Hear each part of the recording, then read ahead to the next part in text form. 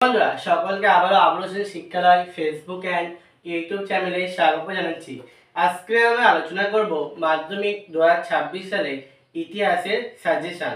তোমাদের ইতিহাসে যে সমস্ত 2 নম্বরের কোশ্চেনগুলো তোমরা প্র্যাকটিস করবে, প্রথমে আমরা আলোচনা করব লেসন নাম্বার 1। এখান থেকে তোমরা প্রথমে করবে অ্যানাল স্কুল কি, এরপর তোমরা করবে নতুন সামাজিক ইতিহাস কি অথবা সামাজিক ইতিহাস বলতে কি বোঝায়। এরপর তোমরা করবে নিম্নবর্গের ইতিহাস চর্চা বলতে কি বোঝায়। ঢাকায় খাবার কি, নবীনচন্দ্র দাস কে ছিলেন। এরপর তোমরা এই লেসন থেকে আরেকটা কোশ্চেন দেখে যাবে যে আঞ্চলিক ইতিহাস চর্চার গুরুত্ব কেন, মানে ইতিহাস চর্চাটা কেন গুরুত্ব ছিল। এরপর তোমরা এখান থেকে প্র্যাকটিস করে যাবে। এরপর তোমরা করবে সরকারি নথিপত্র বলতে কি বোঝায়, এতে কিন্তু খুবই ইম্পর্টেন্ট একটি কোশ্চেন।